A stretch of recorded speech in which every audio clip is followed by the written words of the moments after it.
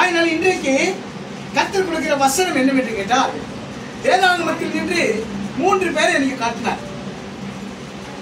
வேதத்தை நல்லா வாசிக்கிறவங்களுக்கு தெரியும். வேதாகமத்திலே அதிக பாடுகளை சகிச்ச ஒரு மனுஷன் யாருக்காக சொல்ல முடியுமா?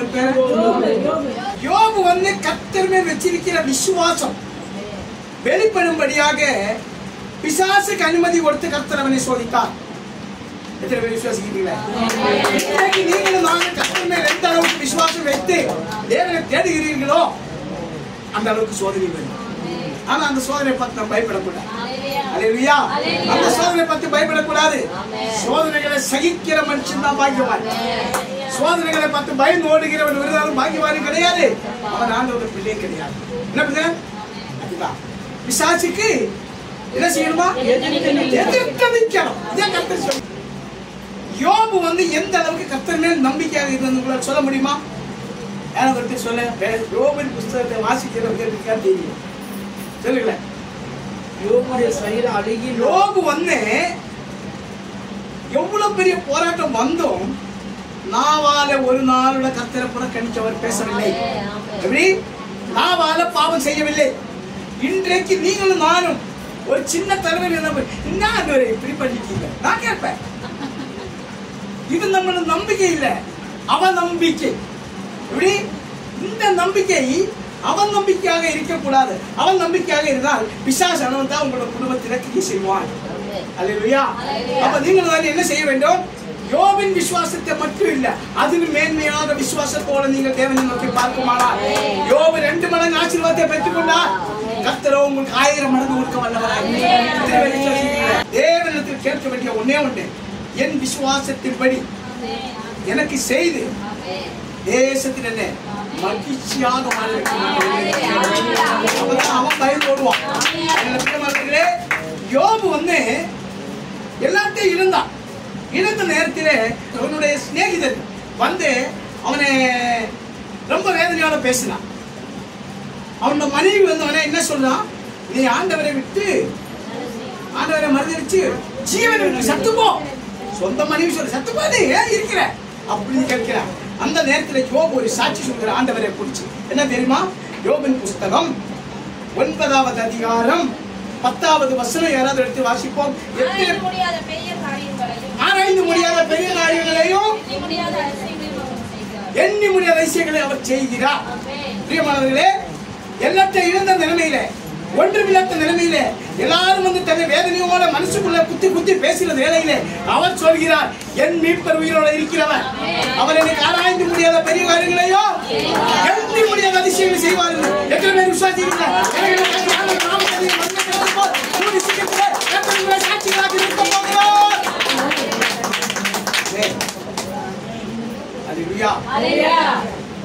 நான் உண்மையில நினைச்சு பார்க்கல இந்த அளவுக்கு வெள்ளோட பேசி வந்தேன். அப்படிதான் வந்தேன் இந்த இடத்துல வந்து இங்க உட்காரும் போதுல சரி. ஆனா நான் சொல்றாரு, பயப்படாதே, நான் உங்களுடனே இதேதான் நான் படிக்கவே இருக்கும் போதுதான் சொன்னேன், பயப்படாதே, நான் உனக்கு துணை நிற்கிறேன். விட மாட்டார். யோபின் வாழ்க்கையில எல்லாத்தையும் இருந்தான். ஆனா கர்த்தர் சொன்ன பிசாசுக்கு என்ன சொன்ன? அவன் ஜீவனை தொடுவதற்கு உனக்கு அதிகாரம் இல்லை. அதே யோபு தன்னுடைய சிநேகிதர்களிடத்தில் சாட்சி சொல்கிறார், அவர் எனக்கு ஆராய்ந்து முடியாத பெரிய காரியங்களையும் எண்ணி முடியாத விஷயங்களை செய்கிறார். செய்வார்கள் இல்ல, செய்கிறார். மறு நிமிஷமே அவருக்கு 2 மடங்கு ஆசீர்வாதத்தை கர்த்தர் கொடுக்கிறார். எப்படி? யோபின் புஸ்தகம் 42வது அதிகாரம் 2வது வசனம் 7வது சத்தமாக வாசித்தால், சகலத்தை செய்ய வல்லவர், நீ செய்ய நினைக்கிறத ஒருபோதும் தடைப்படாது என்பதை நான் அறிந்திருக்கிறேன். இதுதான் யோபு சொல்கிறார். இன்றைக்கு நீங்களும் நானும் தேவ சமூகத்தில் அமர்ந்திருக்கிற நீங்களும் நானும் இன்றைக்கு கர்த்தரை குறித்து இப்படி ஒரு சாட்சி நீங்க சொல்லுமானால், யோபு எதற்காக இப்படி சாட்சி சொல்ல வேண்டும் தெரியுமா உங்களுக்கு? எல்லாவற்றையும் இருந்து முடிச்சிட்டேன்.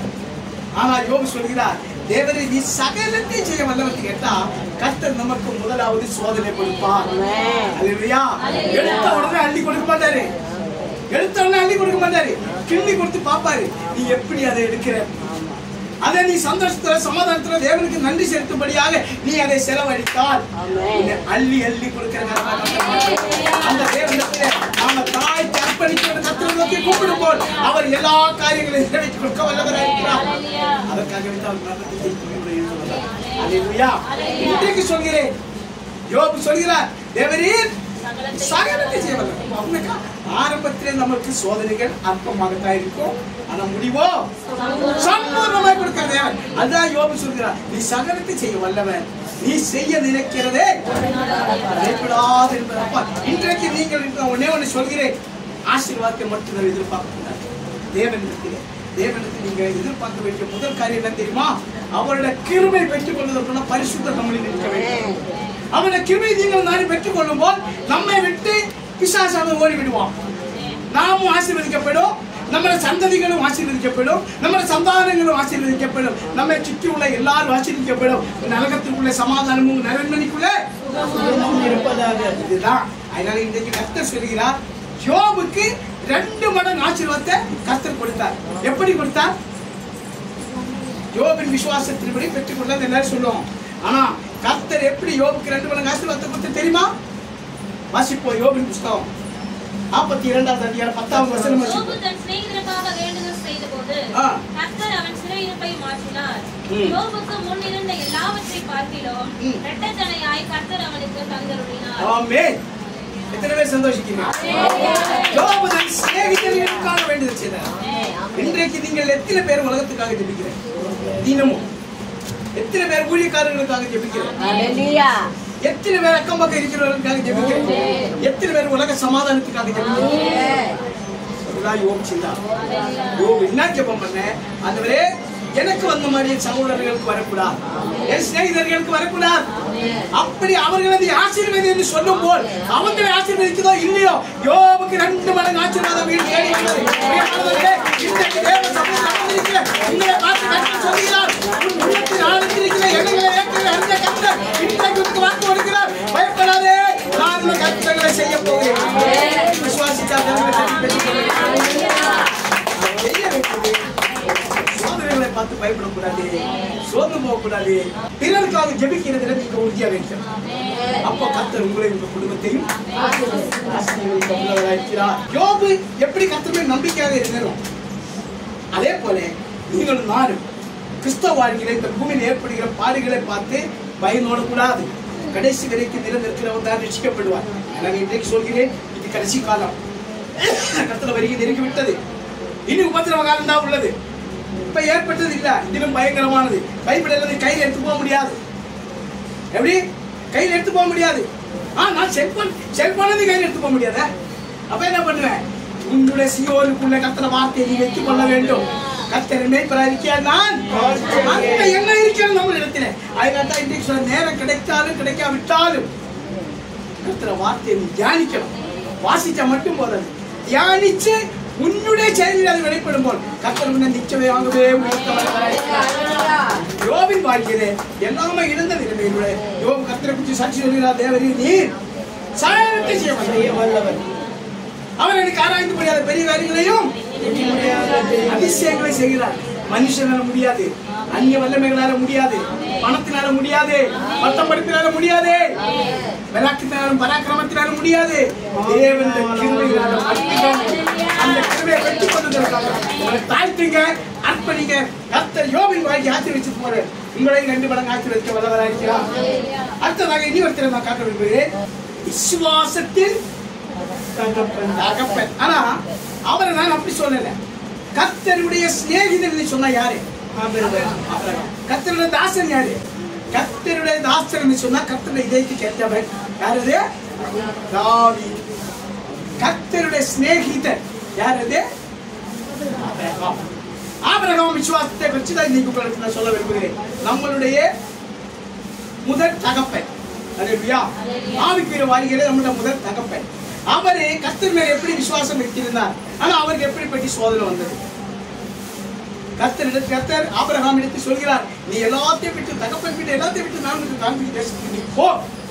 ஆபிரகாம் என்ன சொன்னாரு? எங்க அப்பா விக்கிறத செய்து கொடுக்குறது, நான் இது வித்து காசு எடுத்து கமிஷன் அடிச்சுட்டு நல்லா இருக்கிறேன், நான் போக முடியாது சொன்னாரு. கர்த்தர் வார்த்தை கீழ்ப்படிந்தார். ஆபிரகாம் போனார், ஆசீர்வதிக்கப்பட்டார். ஆனா அதன் பிறகுதான் கர்த்தருடைய சோதனை அவருக்கு வருகிறது.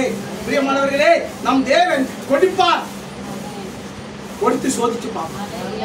நீர் அதற்கு நன்றி உள்ள பிள்ளைகளாக இருந்தால் இன்னும் உங்களுக்கு 2 மடங்கு அல்ல 1000 மடங்கு கொடுப்பார். கர்த்தருக்கு நன்றி இல்லாத கிடைச்ச ஆசீர்வாதத்தை வச்சுக்கொண்டு பெருமையாக நினைத்தார் எல்லாத்தையும் பிடிக்குது. அதான் நம்மளுடைய தேவை. அல்லேலூயா. விளையாட்டு இல்ல, எல்லாம் அனுபவிச்சதுனால தான் சொல்றேன். இன்னைக்கு சொல்கிறேன், நான் உங்களுக்கு பேசுகிற எல்லா சாட்சிகளும் சரி, வஸ்திரங்களும் சரி, என்னோட அனுபவத்தில் எல்லாத்தை அனுபவிச்சதுதான். அதனால சொல்றேன், இனி உள்ள நாட்கள்ல, இந்த கொடூரமான நாட்களிலே கர்த்தர் பிள்ளைகளாக நீங்க இந்த பூமியில் வாழ வேண்டுமானால், தேவன ராஜ்யத்தில் போய் மரணம் இல்லாத ஒரு வாழ்க்கையின் ஆத்மா அனுபவிக்க வேண்டுமானால், இன்றைக்கு கர்த்தர் சொல்கிறேன், விசுவாசத்தில் உறுதியாக இருங்க, சிந்திச்சு செயல்படுங்க. ஆபிரகாம் கர்த்தர் சொன்னபடியே போயிட்டான். அதன் பிறகு கர்த்தர் ஆபிரகாமுக்கு ஒரு வாக்குத்தத்தம் கொடுக்கிறார். உங்களை யாருக்காவது வாக்குத்தத்தம் கொடுத்திருக்காங்களா?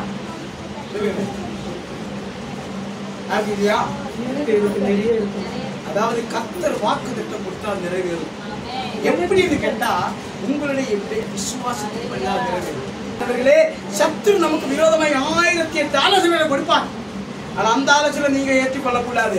கர்த்தரோட ஒரே ஒரு ஆலோசனை ஏற்றுக்கொண்டார். அந்த 1008 ஆலோசனை அர்த்தமாக்கி போடுவார். அல்லேலூயா. அந்த தேவனுடைய சமூகத்தில் நாம் அமர்ந்திருக்கிறோம். ஆபிரகாமை பார்த்து கர்த்தர் சொன்னார், நான் உன் சந்ததிகளை கடற்புறத்தை மண்ணை போலவும் வானத்தின் நட்சத்திரங்களை போலவும் பெருக பண்ண சொன்ன. ஆனா படித்தே இல்லை. எப்படி பெருக பண்ணும்? நீங்க உங்க நம்புவீங்களா? நானே இப்ப வேத வாசிக்கும் போது நான் பரிசீலனை அடிச்சேன். எப்படி அது நடக்கும்? அதன் பிறகுதான் கர்த்தர் உணர்த்தி சொல்லுகிறேன், இன்றைக்கு உலகத்தில் உள்ள அத்தனை கிறிஸ்தவ பிள்ளைகளும் ஆபிரகாமின் சந்ததிகள். கடற்புறத்தை மண்ணை போலவும் சும்மா இல்ல. ஆபிரகாமும் சாராலும் வெட்டி வெட்டி போடுறது சொல்லல. ஆவிக்குரிய பிள்ளைகள் அனைத்தும் ஆபிரகாமின் சந்ததிகள். ஆபிரகாம், ஈசாக்கு, யாக்கோபு நம்மளோட முற்பிதாக்கள். அல்லேலூயா. அதனால இன்றைக்கு கர்த்தர் உங்களுக்கு உணர்த்தி என்ன என்று கேட்டால், ஆபிரகாமின் விசுவாசத்தை உங்களுக்கு கர்த்தர் சொல்கிறார். ஆபிரகாம் தேவனை விசுவாசித்தார், அது அவருக்கு நீதியாக எண்ணப்பட்டது. நீதி சொன்ன என்ன தெரியுமா? சொல்லுங்களேன். கர்த்தருடைய கிருபை. அந்த கிருபை நமக்கு முன்னாடியே போகுமா? நம்ம போகும்போது கர்த்தர் மகிமை நம்மை பின்னாலே காட்டும். அதுதான் விசுவாசம். இந்த விசுவாசத்தில் நீங்கள் உறுதியாக இருந்தால், நீங்க எந்த காரியத்துக்காக ஏங்கி தவித்து கொண்டிருக்கிறீர்களோ அந்த காரியத்தை இந்த நிமிஷமே கொடுக்க விசுவாசம் இப்படிதான். கண்டிகளவு விசுவாசம் இருந்தால் அந்த மலையை பார்த்து ஆபிரகாமுக்கு கர்த்தர் வாக்குத்தத்தம் கொடுக்கிறார், நான் உனக்கு ஒரு சந்ததியை கொடுப்பேன். எப்போ எந்த வயசுல கொடுத்தாங்க வாக்குத்தத்தம்? 100 வயசு ஆயிடுச்சு. இப்ப எத்தனை வருஷம் காத்திருந்தாரு?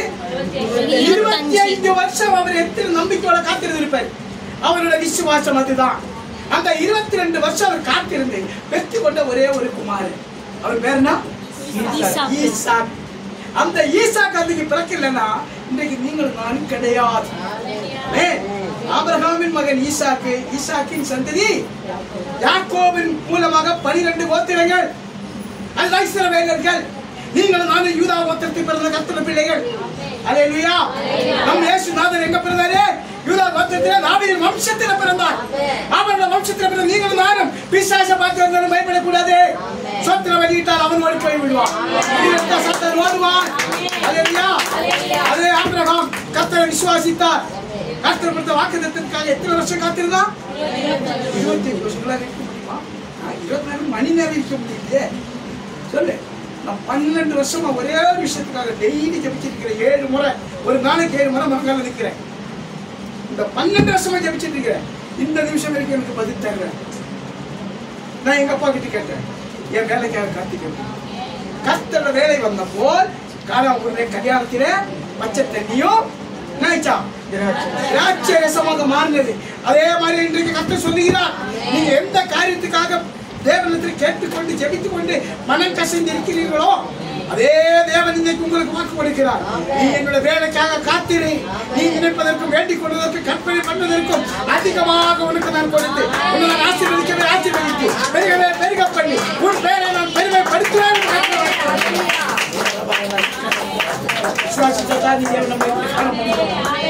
விசுவாசிக்கிறேன் ஒண்ணும் பண்ண முடியாது.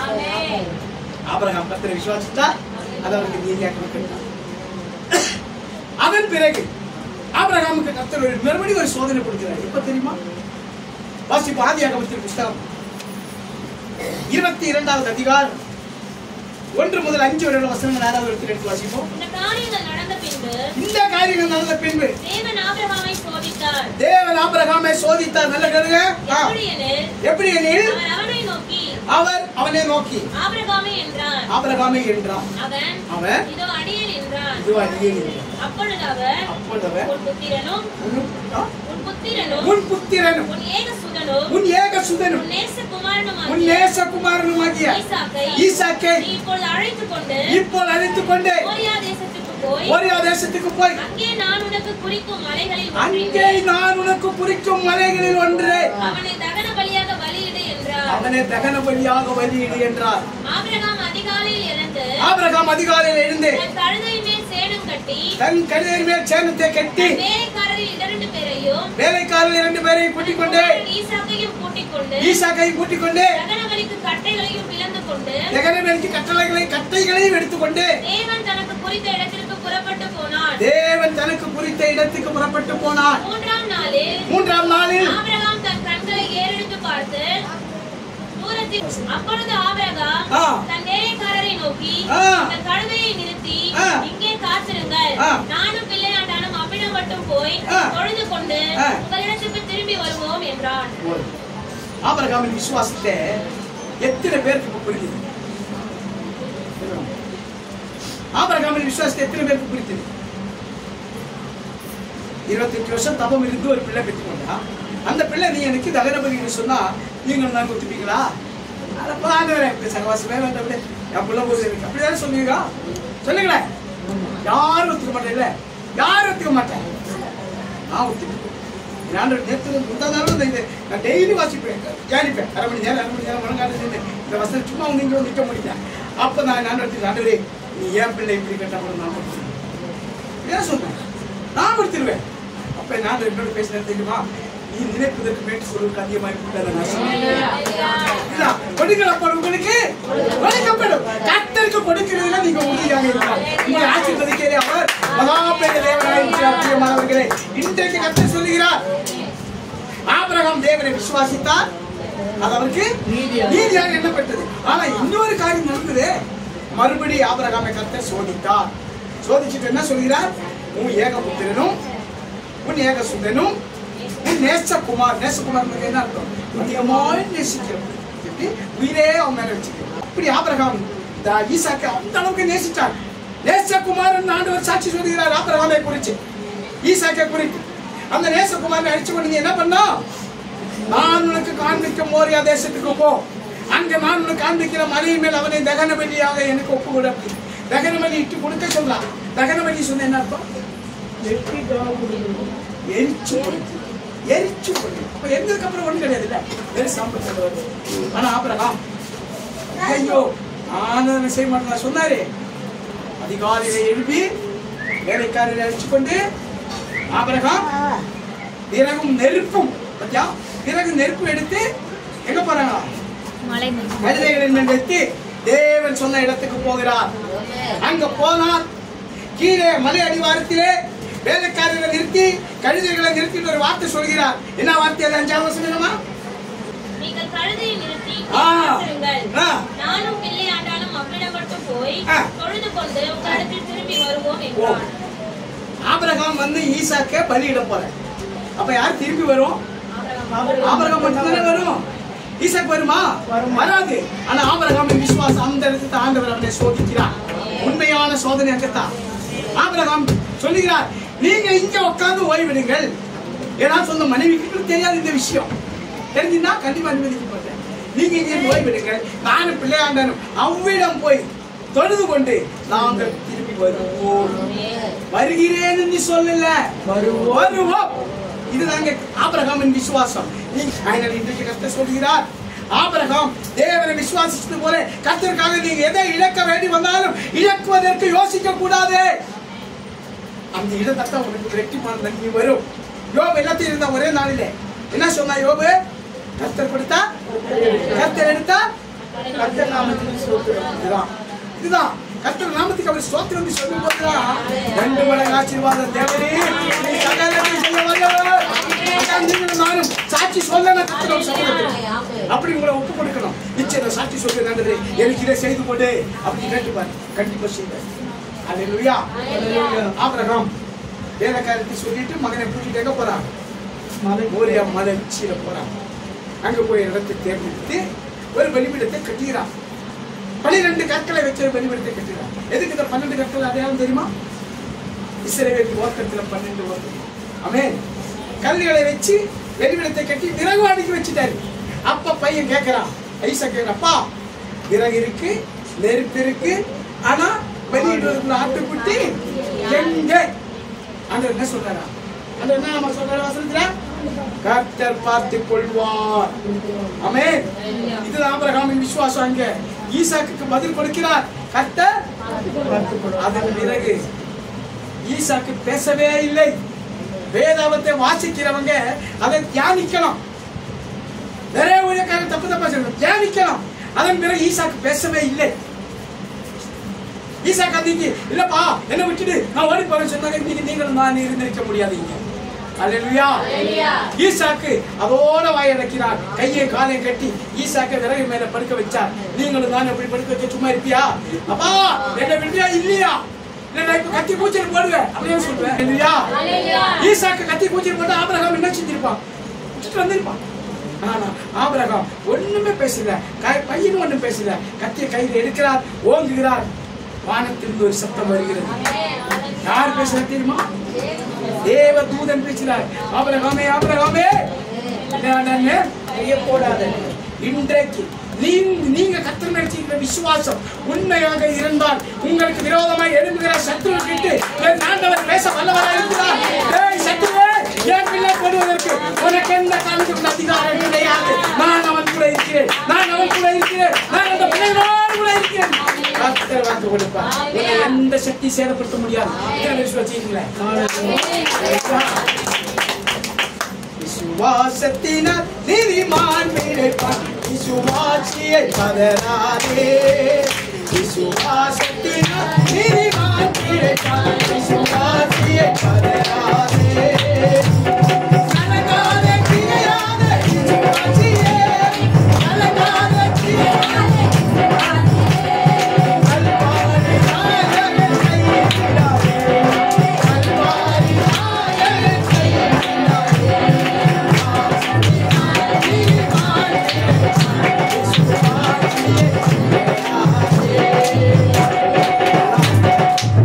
ஆபிரகாம் பதறல, தேவனை விசுவாசித்தார். அன்றைக்கு ஆபிரகாமுக்கு ஒரு பேர் கொடுத்தார். என்ன தெரியுமா? வேதத்துல வாசிக்கிறவங்க தெரியும். யெகோவா அந்த இடத்துக்கு பேரு ஆபிரகாமுக்கு கொடுத்த பேரு விசுவாசத்தின் தகப்பன். விசுவாசிக்கிறீங்களா? அதுக்கு முன்னாடி வரைக்கும் ஆபிரகாம் தேவனை விசுவாசித்தார். அவருக்கு நீதியாக எண்ணப்பட்டார். ஆனா சொந்த குமாரனே தேவனுக்காக விட்டு கொடுத்து கர்த்தர் வார்த்தையை கீழ்ப்படிக்கப்படினால் ஆபிரகாமுக்கு உலகத்துக்கே விசுவாசத்தின் தகப்பன் கர்த்தர் கிருபை செய்தார். அப்படி இருந்தால் நீங்களும் நானும் இன்றைக்கு தேவனுக்கு விசுவாசம் உறுதியாக இருந்தால் நம்மளை யாரும் ஒன்றும் பண்ண முடியாது. கர்த்தர் சொல்லுகிறார், யோபு எல்லாத்தையும் இருந்தார். ஆபிரகாமும் கர்த்தர் வார்த்தையை கீழ்ப்படித்தார். ஆபிரகாமுக்கு தேவன் விசுவாசத்தின் தகப்பன் பேரு. அதாவது இன்றைக்கு உலகத்தில் அத்தனை கிறிஸ்தவ பிள்ளைகளை இறந்து போனார். கர்த்தர் பிள்ளைகள் கிறிஸ்துவில் மரித்தார். ஆபிரகாமின் மடியில போய் நிற்பார். அதுதான் ஒரு பெரிய பாக்கியம். இன்றைக்கு நீங்கள் நானும் கர்த்தர் மேல் விசுவாசம் உறுதியாக இருந்தால் நமக்கு நடக்காத காரியங்களை அவர் நடத்தி தர வல்லவராக இருக்கிறார். ஆமென். பிறருக்கு முன்னாடி நம்ம சாட்சிகளாய் நிறுத்த அவர் வல்லவராக இருக்கிறார். புனித தலையை நிமிர வைக்க அவர் வல்லவராக இருக்கிறார். ஆனால் உங்களுடைய விசுவாசம் உறுதியாக இருக்க வேண்டும். யோபு தேவனை விசுவாசித்தார், இரட்டிப்பான நன்மை பெற்றுக் கொண்டார். ஆபிரகாம் தேவனை விசுவாசித்தார், உலகத்துக்கே விசுவாசத்தை தகப்பன் பேரை பெற்றுக் கொண்டார். சீமானாய் வாழ்ந்தார். அடுத்ததாக இனி ஒருத்தர் பேசி நான் கடந்து முடிக்க போறேன். வாசிப்போம். 1 ராஜாக்களின் புஸ்தகம் 18வது அதிகாரம். 1 ராஜாக்களின் புஸ்தகம் 18வது அதிகாரம் 35 முதல் 40 வரை உள்ள வசனங்கள்.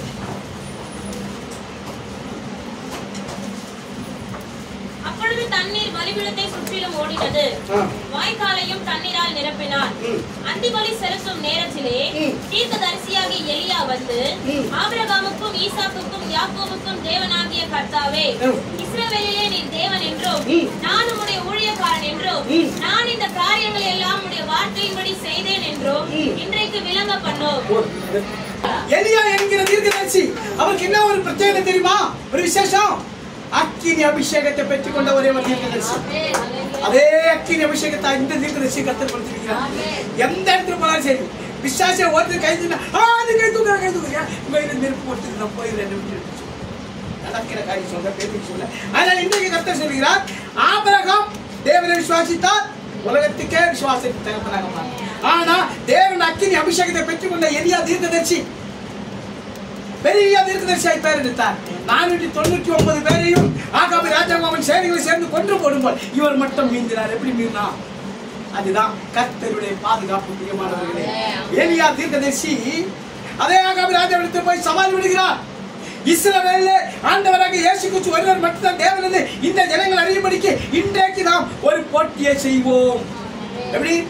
கர்மேல் பர்வதத்தில் உன்னுடைய தீர்க்கதரிசிகள் 850 பேரையும் வரவைக்கு ஆகாலின் தீர்க்கதரிசிகள். இஸ்ரவேல்ல நான் ஒருத்தர் நான் மீண்டிருக்கிறேன். இஸ்ரவேல் ஜனங்கள் எல்லாரும் வர சொல்லி எல்லாரும் வந்தார்கள். அவர் ஒரே வார்த்தை சொன்னார், 2 காளைகளை எடுத்து கொண்டு வாங்க. அதுல ஒரு காலை நீங்க தெரிஞ்செடுத்துக்கோ, ஒரு காலை நான் தெரிஞ்செடுத்துக்கிறேன். நீங்க ஒரு பலிபீடத்தை கட்டி அந்த விறகெல்லாம் அடுக்கி அந்த காலை அதுல வெட்டி துண்டுகளை வச்சுட்டு நீங்க வந்து என்ன பண்ணா உங்க தேவனை நோக்கி நீங்க கூப்பிடலாம். அந்த தேவன் அக்கினியை இறக்கி அந்த பலிபீடத்தில் இருக்கிற அக்கினியும் பொருட்களை தகிச்சு தகனபடியாக ஏற்றுக்கொண்டார். அவங்க தான் உண்மையான தேவன். அப்படி இல்லை என்றால் நான் கும்பிடுற தேவன் தான் உண்மையான தேவன், நீங்க ஒத்துக்கணும். இதுதான் சவால். இவ்வளவு யாராவது சவால் விட முடியுமா? முன்னாடி சொல்லுங்களேன். நான் எல்லாருக்கும் சவால் விட என்ன தனிமரப்புல இருக்கிறேன். இந்த மாட்ட கர்த்தர் மகா பெரிய தேவன். எலியா சொன்னார், அவங்களுக்கு கேட்டார். ஆகாபு எல்லாரும் வந்தா உட்கார்ந்து இருக்கிறேன். எப்படி? காலையிலிருந்து நான் சாயங்காலம் 6 மணி வரைக்கும் அவங்க இஷ்டத்துக்கு என்னென்னமோ கூப்பிடுறாங்க. அவங்க தேவன் வரவில்லை. கண் இருந்தாலும் தெரியாத தேவன், வாய் இருந்தாலும் பேசாத தேவன், மூக்கு இருந்தாலும் முகராத்த தேவன், கால் இருந்தாலும் நடக்காத தேவன். அந்த தேவனை நோக்கி இவங்க கூப்பிடுற காலையிலிருந்து சாயங்காலம் வரைக்கும் ஒரு பிரயோஜனம் இல்லை. அதன் பிறகுதான் எலியா தீர்க்கதரிசி வருகிறார். அந்திபலி செலுத்தும் நேரத்திலே எலியா தீர்க்கதரிசி வந்தார். 12 கற்களை வச்சு ஒரு பலிபீடத்தை கட்டினார். அந்த பலிபீடத்தின் மேல விறகுகளை அடிக்கிறார். அது மேல காலை துண்டு துண்டா வெட்டி படுக்க வச்சார். ஆனா அவர் செய்த ஒரு காரியம், அந்த பலிபீடத்தை சுற்றிலும் நம்ம செஞ்ச வாய்க்காலை உண்டாக்கினதுக்கு அப்புறம் இஸ்ரவேலர்களை கூப்பிட்டு 12 குடம் தண்ணி எடுத்துக்கொண்டு இந்த காலை மேல ஊற்றி சொன்னாங்க. காலை மேலையும் அந்த விறகு மேலே வெளிபீடத்தின் மேல் ஊற்றி சொன்னாங்க. மறுபடியும் 12 குடம் தண்ணி எடுத்துக்கொண்டு வாய்க்கால்கள் ஃபுல்லா ஊற்றி நிரப்பி வைக்க சொன்னாங்க. இந்த 12 குடத்துக்கு அர்த்தம் என்ன தெரியுமா? இஸ்ரவேலின் 12 கோத்திரங்கள். அந்த இஸ்ரவேலின் 12 கோத்திரங்களை உருவாக்கின தேவன் அக்கினை இறக்குவாருன்னு அவருக்கு தெரியும். ஆமென். அதுதான் எலியாவின் விசுவாசம். எல்லாரும் தேவன் 2 பேரும் விசுவாசம் வச்சார். யாரு? யோபும் ஆபிரகாம். ஆனா எலியாவின் ஜெபத்துக்கு பதில் கொடுத்த கர்த்தர். எலியா எப்படி ஜெபிக்கிறது பாத்தீங்களா? எல்லாத்தையும் ரெடி பண்ணி வச்சாரு. அதுக்கு பிறகு ஜெபிக்கிறார். என்ன ஜெபிக்கிறாரு? நம்ம ஜெபிக்கிறோம் 35-40 வருஷம். ஆபிரகாமுக்கும் ஈசாக்குக்கும் யாக்கோபுக்கும் தேவனாகிய கர்த்தாவே, இஸ்ரவேலே நீர் தேவன் என்றும் நான் உம்முடைய ஊழியக்காரன் என்றும் நான் இந்த காரியங்கள் எல்லாம் உம்முடைய வார்த்தையினால செய்கிறேன் என்றும் இந்த ஜனங்கள் அறியும்படிக்கு என்னை கேட்டருளும். எப்படி கேட்டருளும்? என்ன நினைத்தவர்களுக்கு சொல்ல, எனக்கு கொடுன்னு கேட்கல, நீர் என்ன கேட்டருளும். அதுதான் நம்மளோட ஜெபம். கர்த்தர் கேட்கணும்.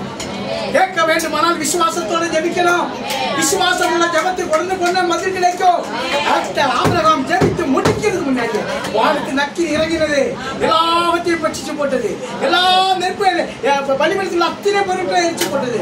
வாய்க்காலில் இருந்த தண்ணீரை நக்கி போட்டது போடப்பட்டிருக்கிறது. அதனால் இன்றைக்கு பிரியமானவர்களே, கர்த்தர் உங்களிடத்தில் சொல்லுகிற என்னவென்று கேட்டால், நீங்க ஜெபித்துக் கொண்டிருக்கிற ஜெபம் விசுவாசத்தோடு நீங்க ஜெபிக்குமானால் கர்த்தர் இன்றைக்கு அல்ல இந்த நிமிஷமே உங்களுக்கு பதில் கொடுக்க வல்லவராக இருக்கிறார். தேவன் சொல்கிறார், ஆபிரகாமை போல கர்த்தர் மேல் விசுவாசம் உள்ளவராக இருக்க வேண்டும். யோபை போல தேவன் மேல் முழு நம்பிக்கையோடு இருக்க வேண்டும். எலியாவை போல விசுவாசத்தோடு ஜெபிக்கிற பிள்ளைகளாக இருக்க வேண்டும். ஏன்னு கேட்டால், யோபு தேவன் மேல் வச்சிருக்கிற விசுவாசத்தோட எல்லாத்தையும் இழந்து இரட்டிப்பான நன்மை பெற்றுக் கொண்டார். ஆனா இவரு ஆபிரகாம் கர்த்தர் வார்த்தைக்கு கீழ்ப்படித்தார். உலகத்துக்கே விசுவாசத்தின் தகப்பன் நல்ல பேர் பெற்றுக் கொண்டார். எலியா கர்த்தர் மேல் வச்சிருக்கிற நம்பிக்கையோட ஜெபித்தான், வார்த்தை நக்கின் இறங்கினது. இன்றைக்கு நீங்களும் நானும் விசுவாசத்தோடு ஜெபித்தால் அக்கினி இறங்குமா இறங்காதா? இறங்கணும். சத்துரு கடை எரிக்கணும். வாசல் திறக்கணும். செய்வார். இந்த தேவன் இன்னைக்கு உங்களுக்கு சொல்லிக்கிறார். இப்படிப்பட்ட காரியங்கள் எல்லாம் உங்களோட வாழ்வில் நடக்க வேண்டுமானால் நீங்க செய்ய வேண்டிய ஒரே ஒரு கருத்தை சொல்லி நாம் முடிக்க போகிறோம். ரோமருக்கு நிறுவம் 12வது அதிகாரம் 12வது வசனம்.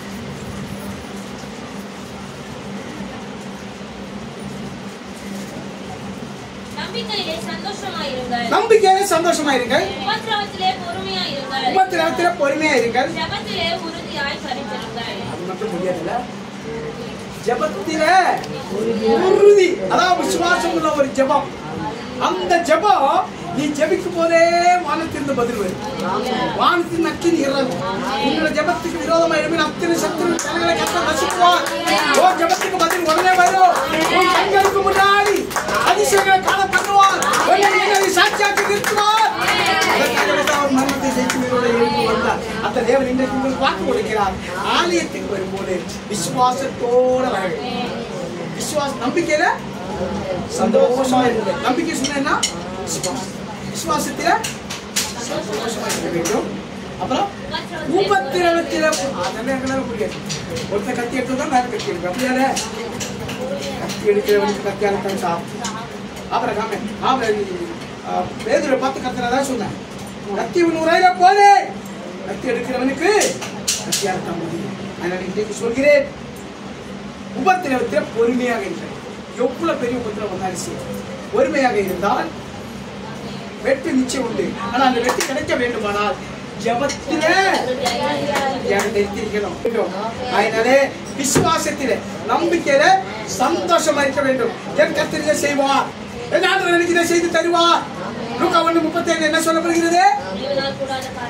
இதுதான் விசுவாசத்தோடு ஜெபிக்கிற ஜெபம். அதுதான் உலகால் பண்ணிட்டு என் தேவனால கூடாத காரியம் ஒன்றுமில்லை அப்படி நீ நாவால் அறிக்கையிடும் போல் உனக்கு விரோதமாய் ஜெபத்துக்கு தடையா நிற்கிற அந்த கால சக்தியில ஓடி போய்விடும். உன் ஜெபம் ஜெபத்தில உறுதியாக நெருக்கி இருந்தால் ஆயுஷ் நாட்களை பெருக்கப்பட்ட மீட்பு உயிரோடு இருக்கிறார். இத்தனை பேர் விசுவாசிக்கிறீங்களா? தேவ சமூகத்திலே நம்மை அர்ப்பணிச்சு வந்து கர்த்தர் கேட்ட வார்த்தையின்படி இந்த பூமியில் வாழ்ந்து வருகிற நாட்களிலே இன்னும் சாட்சிகளாக எழுந்து பிரகாசிக்கும்படியாக அநேக சாட்சிகள் எழும்பும்படியாக ஆலயத்திலே இடம் கொள்ளாத அளவுக்கு ஆத்து மக்கள் வந்து சேரும்படியாக நீங்களும் நானும் ஜெபிக்க வேண்டும். ஜெபம் இருந்தா என்ன நடக்கும்? சோதனைகளை பார்த்து பயப்படக்கூடாது. யோபு பயப்படல. ஆபிரகாம் சோதனைகளை பார்த்து கர்த்தர் வார்த்தை கீழ்ப்படித்தார். சோதனை பார்த்து அவன் பயப்படல. ஆபிரகாம் என்ன ஆயிடுச்சு? விசுவாசத்தில் தகப்பனானார். யோபு இரட்டிப்பான நன்மையை பெற்றுக்கொண்டு சீமானானார். 140 வருஷங்கள் உயிரோடு வாழ்ந்தார். 4 தலைமுறையை பார்த்தார். அதே போல நீங்களும் நானும் கர்த்தர் சமூகத்திலே ஆசீர்வாதத்தை பெற்றுக்கொண்டு வாழ வேண்டுமானால் யோபின் வாழ்க்கை நடந்த நம்மளோட வாழ்க்கை நடந்தால் ஒரு நாள் கலங்கக்கூடாது. கர்த்தர் நினைச்சிருக்க விசுவாச உறுதியாக இருக்க வேண்டும். நன்மை பெற்றுக் கொள்ள முடியும். ஆனால் பிறருக்காக தினமும் ஜெபிக்கலாம். இரண்டாவது ஆபிரகாமை போல கர்த்தர் வச்சிருக்கிற நம்பிக்கை உறுதியாக அவர் வார்த்தைக்கு கீழ்ப்படிய வேண்டும். அப்போ விசுவாசத்தின் தகப்பனாக ஆபிரகாம் இருக்கிற தேவன் நீங்க இருக்கிற இடத்துல உங்களை தேவனுடைய பிள்ளையை உயர்த்தி காட்டுவார். அல்லேலூயா. உங்களை தேடி அநேகர் வருவார்கள். வெளிச்சத்தை நடத்துகிற ராஜாக்களும் உதிக்கிறவன் ஒளியை நடத்துகிற ராஜாக்களும் தேடி நடந்து வருவார்கள். ஜாதிகளும் தேடி நம்பி வருவார்கள். மூன்றாவதாக எலியா, அவ்வளவு ஒரே ஒரு மனுஷன் 850 தீர்க்கதரிசிகளுக்கு முன்னாடி சவால் விட்டு தேவனுடைய நாமத்தை உயர்த்தினார். அவங்க எல்லாம் பார்த்தா அவன் ஒண்ணு நடக்கல. ஆனா ஒரே ஒரு வார்த்தைக்கு ஜெபித்த ஜெபத்துக்கு வானத்திற்கு என்ன இருந்தது? அக்கினி. இன்றைக்கு நீங்கள் நானும் ஜெபிக்கிற ஜெபத்துக்கு இந்த தேசத்துக்குள்ளே அக்கினி இறங்கணும். எப்படிப்பட்ட அக்கினி? ரட்சிக்கப்படாத ஜனங்களின் மேல் இறங்கின ரட்சிப்பின் அக்கினியா இறங்கணும். அப்படிதான் சொல்லிக்கிறோம். நான் அப்படியே சொல்லிக்கிறேன். ஆண்டவரே, உலகத்தின் மேல் உங்களுடைய ரட்சிப்பின் அக்கினியை கட்டளையிடு. உலகம் பூராவும் ஒருவருக்கே பணிந்து குனிந்து ஆராதனை செய்யுங்க. கர்மேல் பருவத்தில் அதான் நடந்தேன். இஸ்ரவேலர்கள் அனைவரும் உடனே முகம் கூப்பிட விழுந்து ஆண்டவரே தேவன், ஆண்டவரே தேவன் என்று கூப்பிட்டார். இன்றைக்கு நீங்கள் நானும் எந்த அளவுக்கு தேவனை ஆராதிக்கிறார்களோ அதே போல எல்லா ஆத்மா, எல்லா மனுஷர்களும் கர்த்தரை ஆராதிக்கிறோம். ஒரு ஆத்மா ஒரு நரகத்துக்கு போகக்கூடாது. அதனால இன்றைக்கு நீங்கள் நானும் ஒரு முடிவோட வீட்டுக்கு போகவில்லை. நான் அடுத்தவர்களுக்காக ஜெபிக்கிறேன், அடுத்தவர்களுக்காக ஜெபிப்பேன், ஆத்மாக்களை சேர்ப்பேன், கர்த்தருக்காக வாழ்வேன், கர்த்தரின் ஆசீர்வாதத்தையும் அற்புதத்தையும் பெற்றுக் கொள்வேன், அடுத்தவர்களுக்காக ஜெபித்து அதிசயங்களை காண செய்வேன். ஆயினாலே இன்றைக்கு நீங்கள் தான் செய்வேன். இந்த பொருத்தனையோட கர்த்தர் சமூகத்தை விட்டு நாம் வெளியே போகும்போது அவர் ஒவ்வொரு பேரோடு ஒவ்வொரு தூதனை அனுப்ப வல்லவராக இருக்கிறார்.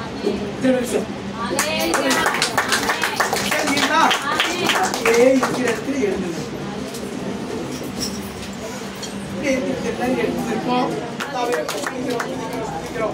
துதிகளின் மத்தியில் வாசம் பண்ணுகிறேன்.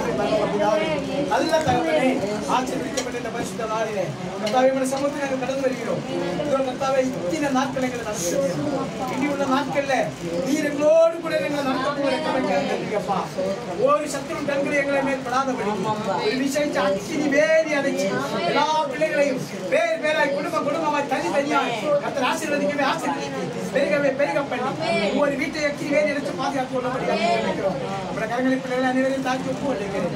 கேட்ட வார்த்தையின்படி கூட பிள்ளைகள் வருகிற நாட்களில் கர்த்தருக்கு சாட்சிகளாக இருக்கவும் ஜெபத்தில் உறுதியாக இருந்து அற்புதங்களை அதிசயங்களையும் ஜெபத்தினால தன்னுடைய கண்களால பார்க்கும்படியாக என் தேவன் இன்றைக்கு ஒரு விசேஷ ஜெபாவி ஒவ்வொரு பிள்ளைகளும் மேல் ஊத்தும்படியாக இறக்கும்படியாக சொல்லுகிறோம். வருகிற நாட்கள் பிள்ளைகளை சாட்சிகளாக பிள்ளைகள் கடந்து போகிறேன். எங்கள் நடுகிற விளைவினாய் வந்திருக்கிற ஒரு பிள்ளைகளுக்காக ஸ்தோத்திரம். கல்வாரி சீதை சிந்தின ரத்தம் இப்போதே அவர்கள் உச்ச நிலமுதல் உள்ள கால் வரை எல்லா நாடி நரம்புகளிலும் இரத்த நாளங்களிலும் சின்ன மண்டலங்களிலும் பாய்ந்து சென்று சுகமளிக்க வல்லவை இப்போதே அவர்கள் மேல் இறங்கி தங்கி இருப்பதாக என்று இயேசுவின் நாமத்தினாலே நிச்சயமாகவே முடிவு, நிச்சயமாகவே முடிவு உண்டு. நம்பிக்கை வீண் போவதில்லை. வார்த்தை உண்மை உள்ளவர் நீரை வைத்துக் கொடுக்கிறார். அனைவரை கடந்து போகிறேன்.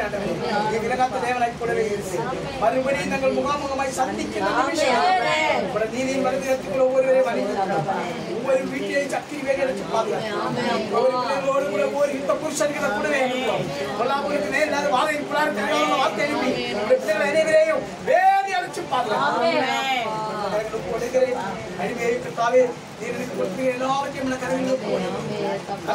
சித்தம் மட்டும் நிறைவேறும்படியாக அர்ப்பணிக்கிறேன். பாதுகாப்பு எல்லா விதமான காரியங்களையும் கர்த்தர் பொறுப்பெடுக்கிறார். துவக்கம் அற்பமாக இருந்தாலும் ஒவ்வொரு பிள்ளைகளும் படியாருக்கு முடிவு சம்பூர்ணமாய் தந்ததுக்காய் நம்பியப்பா நாங்கள் பெற்றுக் கொள்கிறேன். மறுபடியும் நாங்கள் முகாமுகமாய் பாதுகாத்துக்கொள்ளும் அர்ப்பணிக்கிறோம். எல்லா புதியும் கனவும் மகிமையும் நமக்கு ஒருவருக்கு அர்ப்பிக்கிறோம். நாமத்தினாலே தாக்கி ஒப்புக்கொடுத்து ஜெபிக்கிறோம். எல்லாம் சேர்ந்து சொல்லுவோம்.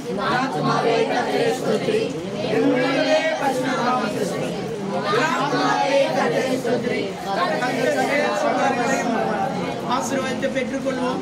கர்த்தராகிய இயேசு கிறிஸ்துவின் கிருபையும் பிதாவினுடைய அன்பும் பரிசுத்தாவினுடைய அன்னிணைக்கு சுகபலன் பாதுகாப்பு நம்மோடும் சகல பரிசுத்தவான்களோடும் தேவச்சையை சுமந்து வந்து தாசரோடும் என்றென்று இருப்பதாக. நாம் பிரிந்து போனாலும் பிரியாத நேசர் உங்களை தொடர்ந்து நடத்துவார்கள்.